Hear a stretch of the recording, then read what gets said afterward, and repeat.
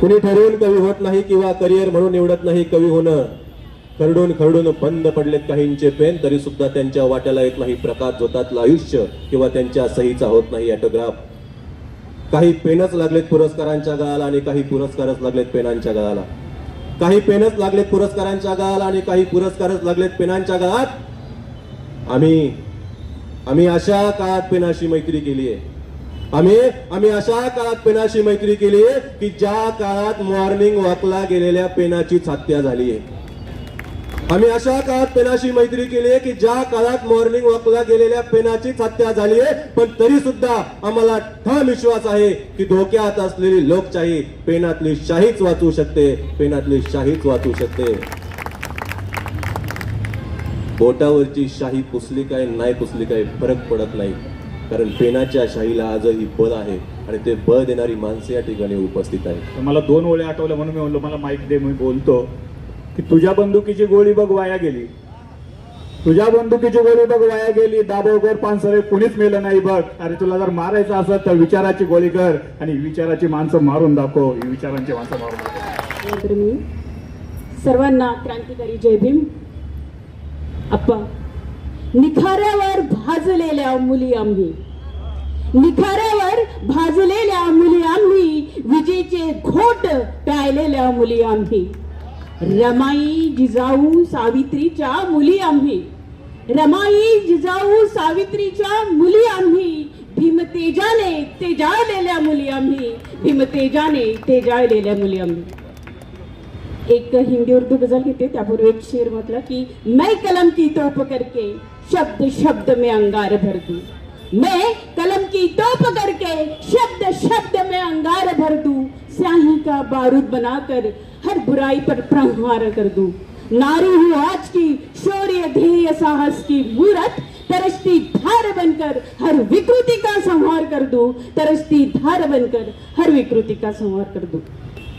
गजल कहते हैं लगते हैं.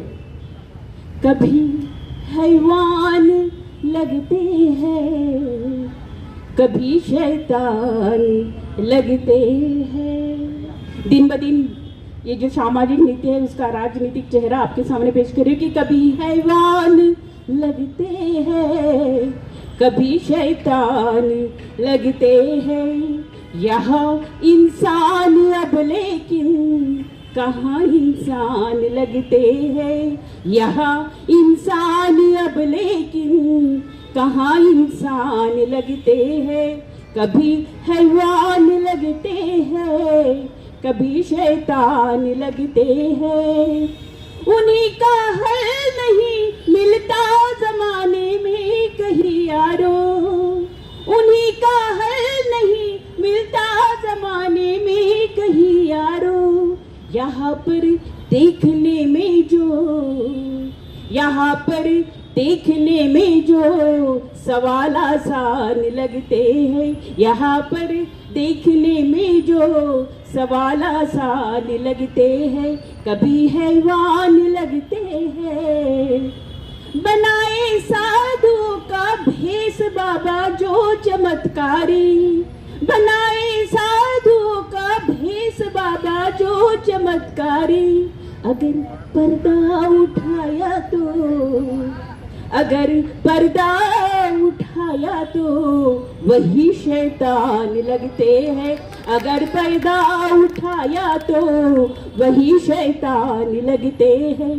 कभी हैवान लगते हैं, दिखा कर आंकड़े झूठे करे वादे चुनावी जो, दिखा कर आंकड़े झूठे करे वादे चुनावी जो, मुझे नेता यहाँ सारे, मुझे नेता यहाँ सारे बेईमान लगते हैं, मुझे नेता यहाँ सारे बेईमान लगते हैं, कभी हैवान लगते हैं. आखिरी शेर. वतन के सरहदों पे जो लगाए जान की बाजी, वतन के सरहदों पे जो लगाए जान की बाजी, वही जीनत तिरंगे की, वही जीनत तिरंगे की, वतन की शान लगते हैं वही जीनत तिरंगे की, वतन की शान लगते हैं, कभी हैवान लगते हैं, कभी शैतान लगते हैं, यहाँ इंसान अब लेकिन कहाँ इंसान लगते हैं. थँक्यू. इथं माझ्या वयापेक्षा सगळे मोठेच दिसत आहेत. कविता ठेवतो की गावकुसा बाहेर घर माझं गावात घेशील का, की गावकुसा बाहेर घर माझं गावात घेशील का, जात झटकून माणूस म्हणून नावात घेशील का, की गावकुसा बाहेर घर माझं गावात घेशील का, जात झटकून माणूस म्हणून नावात घेशील का, त्या पानवठ्यावर उभी आहे तहान माझ्या घरची, त्या पानवठ्यावर उभी आहे तहान माझ्या घरची, त्या पाण्याला हात लावण्याची हिंमत घेशील का, आणि झोपडीत माझ्या शिवबा आहे मोठीच स्वाभिमान, झोपडीत माझ्या शिवबा आहे मोठीच स्वाभिमान, तुझ्या देवघरात आंबेडकरांना जागा देशील का,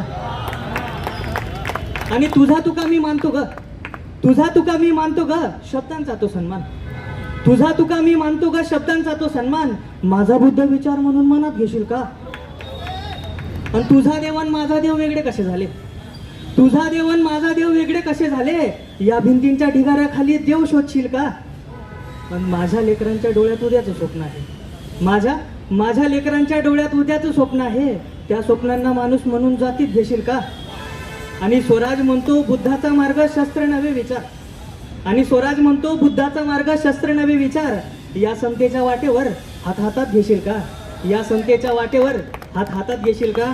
आणि एक रचना ठेवतो की ती मला भेटली काल आणि शिक्षा झाली काल, ती मला भेटली काल आणि शिक्षा झाली काल, प्रेम केलं म्हणून त्याची हत्या झाली काल, ती मला भेटली काल आणि शिक्षा झाली काल, प्रेम केलं म्हणून त्याची हत्या झाली काल, तिच्या कुशीत स्वप्न होतं त्यांनी प्रेत ठेवलं, तिच्या कुशीत स्वप्न होतं त्यांनी प्रेत ठेवलं, इज्जतीच्या नावाखाली मुलगी मारली काल, इज्जतीच्या नावाखाली मुलगी मारली काल, पण देव धर्म परंपरेचे मुखवटे घालून सारे, देव धर्म परंपरेचे मुखवटे घालून सारे, हौसाला पवित्रतेची माळ घातली काल, पण इज्जत म्हणे रक्त प्याली धर्मानेही डोळे मिटले, इज्जत म्हणे रक्त प्याली धर्मानेही डोळे मिटले, देवळाच्या सावलीतच घटना घडली काल, देवळाच्या सावलीतच घटना घडली काल, आणि ती ओरडली नाही कारण तोंड भरून माती होती, ती ओरडली नाही कारण तोंड भरून माती होती, सभ्यतेच्या समाधीवर न्याय व्यवस्था पुरली काल, सभ्यतेच्या समाधीवर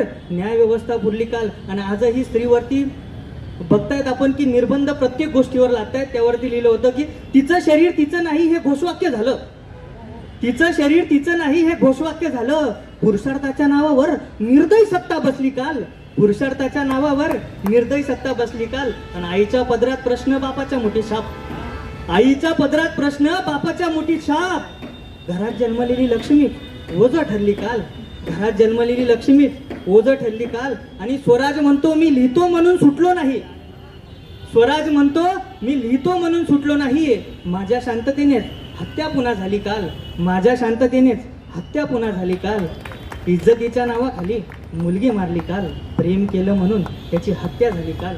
मनपूर्वक धन्यवाद. जय भीम. हा तरी आम्ही बोलू नयेचा कार्यक्रम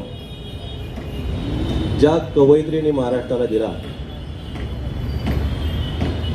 ती कवयित्री आता आपल्या समोर कविता सादर करते, पण मी त्या कवितेबद्दल काहीच बोलणार नाही आणि कवयित्रीबद्दल सुद्धा काहीच बोलणार नाही. जे काय बोलेन ती कविता बोलेन आणि त्यानंतर मी सांगेल की ते काय आहे. मी थेट आपण सर्वजण टाळ्यांच्या गजरात रमणीला निमंत्रण करूयात. कवयित्री रमणी. थेट दादाच्या कवितेनंतर घेण्याचं कारण एवढंच होतं की त्याच्या आशयाला धरून मी जी कविता सादर करणार आहे ती येते की इज्जत सांभाळली मुलगी मारल्यानंतर, आणि मुलगी मारली म्हणून इज्जत सांभाळली.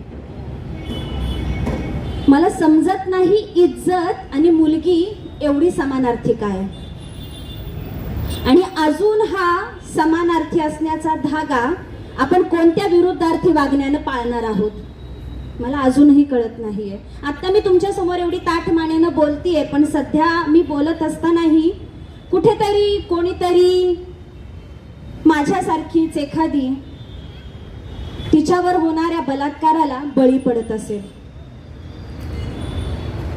दिल्ली दिल्लीत निर्भया कांड झालं ते फक्त निमित्त ठरलं ह्या कवितेसाठी. काही कविता या फक्त जसं सुमित म्हणाला तसं फक्त असण्यासाठी असतात. तुम्ही कशा घेता मला माहिती नाही. कुणाला चांगलं वाटावं म्हणून मी सालंकृत, सुसंस्कृत किंवा श्लाघ्य भाषेतील शब्दांची रचना मांडू शकत नाहीये. हाताला हस्त म्हटलं, पायाला पद म्हटलं, डोक्याला मस्तक म्हटलं म्हणून अर्थ बदलत नसतो. शब्दांमध्ये गुन्हेगारीत्मक भेदभाव करणाऱ्या ह्या व्यवस्थेला म्हणूनच आमचा विरोध आहे. कारण ही शब्दांची भेदभाव मांडत नाही, ही माणसांच्या मेंदूचा भेद करते. तुमच्या माझ्या जगण्याच्या श्वासांमध्ये भेद करते. तुमच्या माझ्या त्या श्वासांमध्ये जो आत्मविश्वास भरला जातो, एक माणूस म्हणून आपण जगण्यासाठी जी काही ऊर्जा भेटते त्या ऊर्जेमध्ये भेदाभेद करते. आणि तो कुठेतरी भेदाभेद संपला पाहिजे, त्यासाठी तरी आम्ही बोलू नयेचा हा विचार मंच आहे. तर थेट त्या मरत आलेल्या, आत्ताही तुमच्या समोर मी बोलतेय, मरत असतील अशा, आणि ही कविता घेऊनही खूप काही सकारात्मक फरक पडेल आणि त्या निर्भयांचं मरण थांबेल, या खोट्या आशेवरची मरगळ म्हणून आपण बसलेलो असलेल्या आपल्या सगळ्यांसाठी, आपल्यामध्ये मरत असलेल्या भावी निर्भयांसाठीची कविता. कवितेचं नाव आहे रित ताठपण. आज मी बलात्काराच्या बाजूनं उभं राहावं म्हणतीये.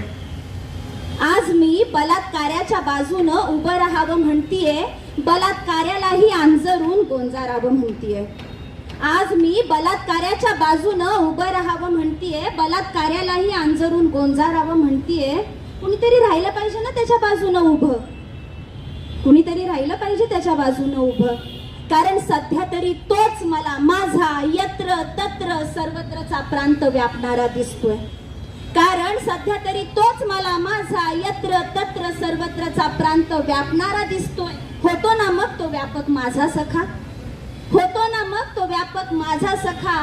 पाठराख्याच्या नावामागचा योनी भुखा, रस्त्यानं चालणारी ती कोणीही असो, तिच्यासाठी ताठरलेल्यांचा तो लिंग जथ्था. माहीत असतं रे बलात्कारालाही. तुमच्या समाधानासाठी मी छान छान बोलणार नाही. माहीत असतं रे बलात्कारालाही कसं पोहोचवावं आपल्या लिंगाचं एक टोक त्या तिच्या आदिम नाळेच्या टोकाशी. म्हणूनच तर हे नराधमा तुझे चाळे चालू होतात केवळ त्या भोकाशी. काहीतरी संबंध असतो का रे या संभोगाचा त्या संभोगाशी. काही कानवर चढलास तरी हे आधाशी पण उपाशी. भोक म्हणाले म्हणून अंगावर आला का हा शब्द तुमच्या? मी भोक म्हणाले म्हणून अंगावर आला का हा शब्द तुमच्या? अरे पण त्यांना तर तिथं शिरायचं असतं ना. तुम्ही आम्ही आपण उद्धार करताना शिव्या देताना त्याचाच तर करतो ना. मग स्त्री म्हणून वापरला मी हा शब्द तर का पचत नाही तुमच्या साहित्यिक कानांना? झाकलेल्या पायांमध्ये अंगभर कपड्यांमध्ये, झाकलेल्या पायांमध्ये अंगभर कपड्यांमध्ये बलात्काराच्या नजरेला तीच दिसते. वय वर्ष नुकतीच जन्मलेली ती, ते मरणाला टेकलेली ती, तिच्यातलीही केवळ फक्त तीच हवी असते.